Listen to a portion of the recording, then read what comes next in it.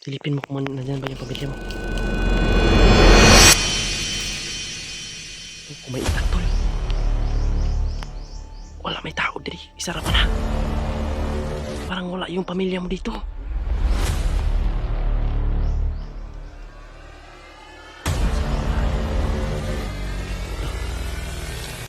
Kasama ang palad tuloy na puntahan namin. Ang naabutan namin dito tuloy, wala yung pamilya ni Uboy. So ang naabutan namin dito, may isang tao dito na may dalang itak. So nagtataka kami doon kung bakit may dalang itak at may dugo yung itak. Tapos wala yung pamilya at anak ni, yung asawa at anak ni Brad dito. Ang ibig sabihin nito tol, kailangan namin, kumbaga, ulihin natin yan. So what's up tol? Yan, sinamahan ko po si Brad Buboy. Ito na po yung sinabi ko kanina sa inyo. Umaga na sasamahan ko si Brad Buboy papunta sa kanila kasi hinarang siya ng mga hindi niya kilalang mga tao, mga armado. Tsaka may mga sundang daw.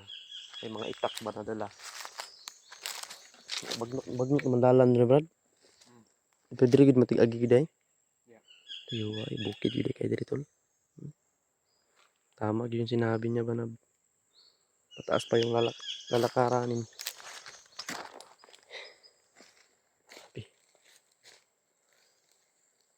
Makadapit yarang. Unahan? Unahan? Diyan daw siya hinarang tol nung bumalik siya sa bahay. Hinarang daw siya dyan sa unahan. Kaya mga armado daw yung humarang sa kanya. Wala daw siyang panglaban. Kaya bumalik at nagpatulong sa akin. Para ano ba, kasi nag-alala siya sa pamilya niya. Bakit may mga armado daw dito? Pero yun ang sabi ni Tatay Saitan, mag-ingat daw to si Brad Buboy. Dahil pinag-initan daw ito ng mga nainkwentro namin. Na yung commander na pumaslang sa akin tol. Yun po ang malaki ang galit sa kanya. Ikaw yung nabuhusan lahat Brad kasi ikaw yung nagpaiwan eh. Yun si Brad Wawi, hindi na yun maano kasi umalis. Problema ngayon tol, yung pamilya ni Brad Buboy. Sana maabutan pa namin, sana walang nangyaring masama sa kanila. At sana ipagdasal nyo rin tol yung kaligtasan ng pamilya ni Brad Buboy. Dahil sobrang hirap tol kapag ang sitwasyon ay pamilya ang ano ba. Sobrang hirap. Terus lisuda ko gini kay silingan dire Brad. Wala talaga siyang kapitbahay pala dito tol. Walang makakatulong sa kanila. Kasi yung sabi na sa akin na nakatira sila sa tulay, pinakita ni Brad sa akin kanina kung saan sila nakatira doon sa ilalim ng tulay. Nung na pinaalis sila doon tol, dito na daw siya nagano. Dito na daw sila na nirahan. Unsa man ni Brad? Guma ni Brad? Oh, rubber. Mo ni rubber. Dili ba ni sikat si Ilyas bay? Yun na ni mga ito yung pamumuhay nito tol. Kabuhayan nila. Guma, rubber. Yung ginagawa ng mga gulong.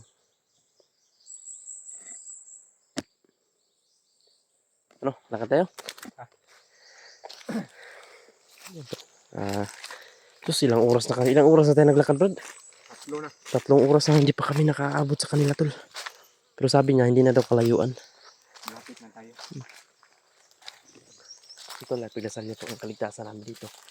Dahil ngayon masasaksihan namin to, masasaksihan din ninyo kung ano talagang nangyari sa pamilya ni Brad. Bakit may mga armado dito. Mingaw wag dito tol, pasang napaka ano talaga dito. Tahimik.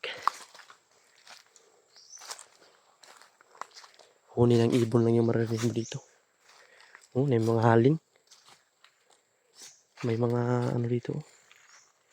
Bakas ng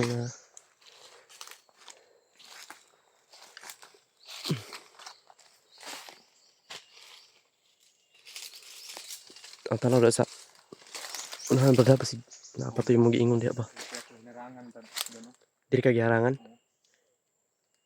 Wala gid mo masilip yung pamilya dito. Wala. Tay no. Mura maglain pud akong paminaw pud ba. Kinabahan ka?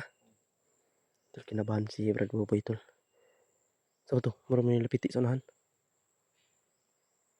Abas ginapay yung pamilya diya, Brad. Yung mura nagbugha dito. Buti nga Brad kasi sobrang ano ko na kanila ba. Kalala, oo nga eh. Lahat naman tayo.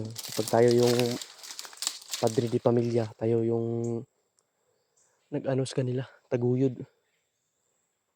Kahapon ko na sana sila na ano nakita pag wala akong inarangan. Kaso inarangan siya, tol.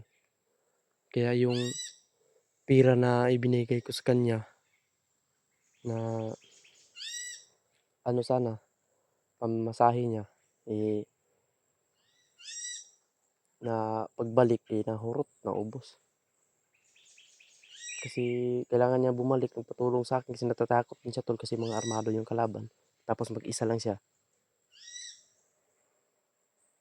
Kaya delikado. So, bahala na. Ang Panginoon na bahala to. Hindi na lang natin makita doon ba yung mga armado bro. Sana hindi natin sila matagpuan. Huwag natin pangarapin na matagpuan natin sila dahil napaka ano na tayo sa pakipaglaban ba.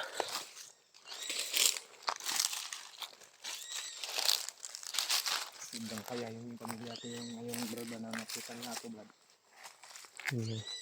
Sana makita natin sila na walang nangyaring masama. Yun ang so, tol, panoorin nyo yung video, share ko ng video na ito, tol.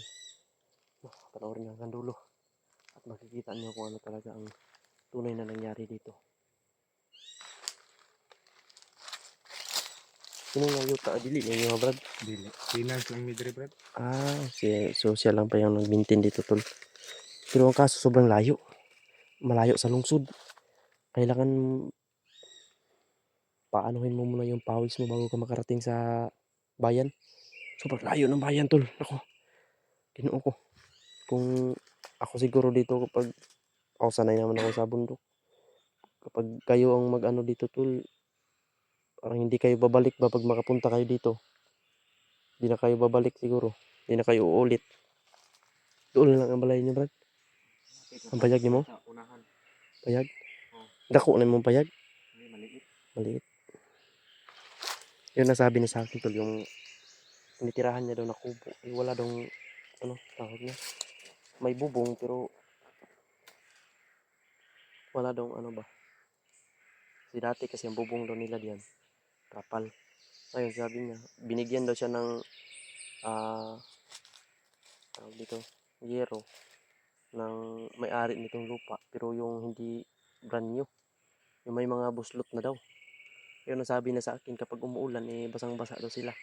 Dahil walang takip, walang dingding yung bahay nila. Tara, Brad.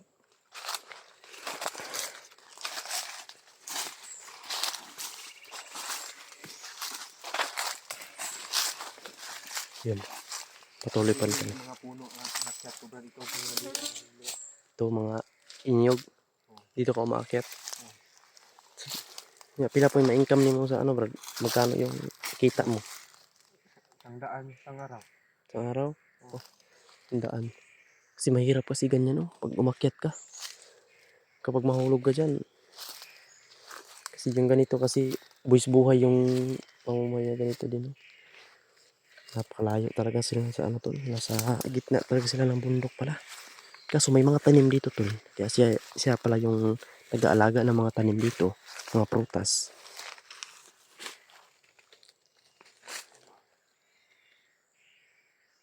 Doon lang pala nyo? Sa unahan? Ya? Na di pala na, nandyan yung bahay nila, tol. Kaya kailangan na namin na, Brad, kailangan na to panidaan dia, Brad. Di sa tambo dito dayon dia. Kinabahan ko Brad ba? Ha? Kinabahan ko. Nabahan ka?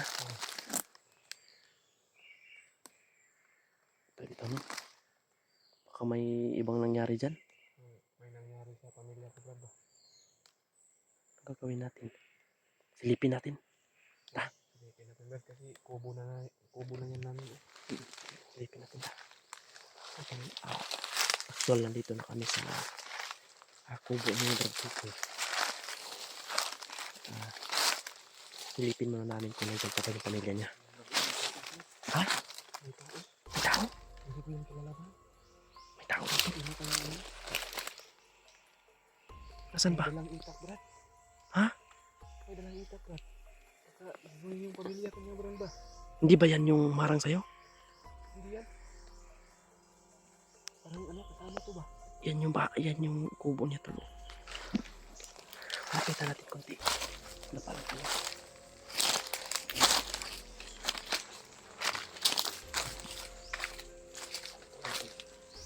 Tago muna tayo dito. Silipin mo kung nandyan ba yung pamilya mo. Kung may itak, tol.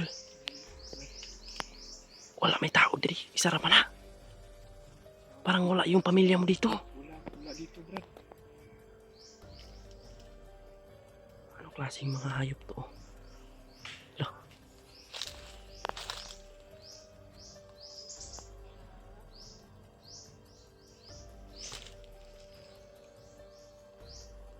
Di kan NPE.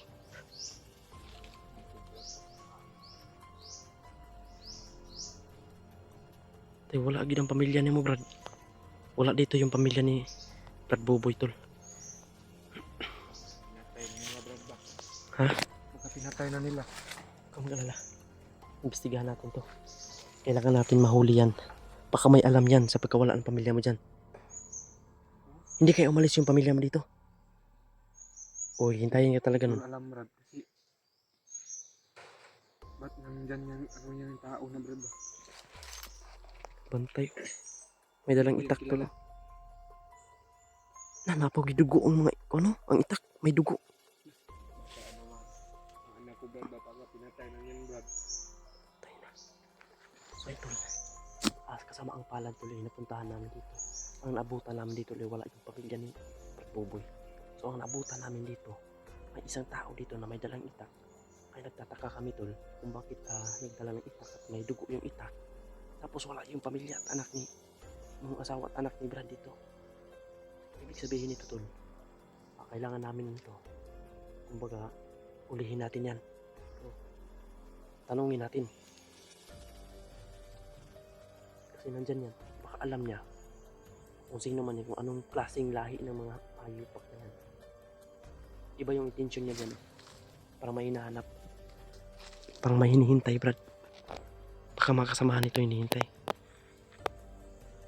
Baka din na yung mga, Brad ba? Pamilya ko, Brad. Kasama niyan, Brad. Ato sa salito. Kaya maragdaghan ni sila diri.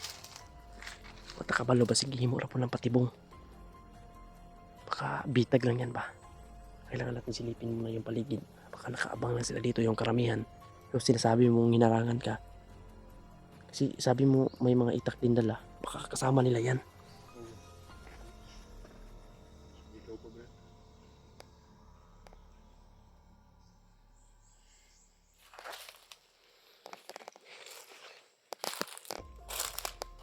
Tulo.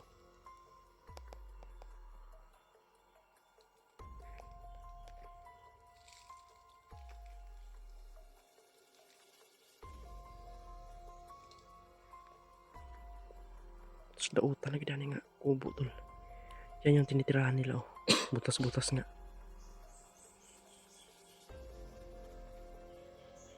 Ang problema na to ani.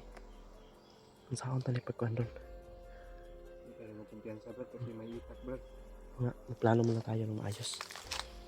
Tol, planuhin muna na ito. Ayun o, kumakain ng mga hayop na yan o. Baka, Brad, oh. Ano itak na lang. Parang may hanap, Brad ba? Parang may hinihintay ito. Hindi kaya ikaw ang hinihintay nito, Brad. Baka ito yung may galit sa'yo ba? Oo. Di ka ni mananabas mo rin magmananabas ni Bay. Wala. Ila man yung mananabas kay sundang gidala. Oo. Parang mananabas to. Brad, planohon sa nato ni Brad ha. I-off ta ni video. Planohon sa nato. Tol, magplano muna kami tol. I-off na namin itong video. Huwag kayo mag-alala, mag-video din kami kung paano anong gagawin namin dito tol. Para malaman nyo din. At Yun. Ito, patayin mo naman ito.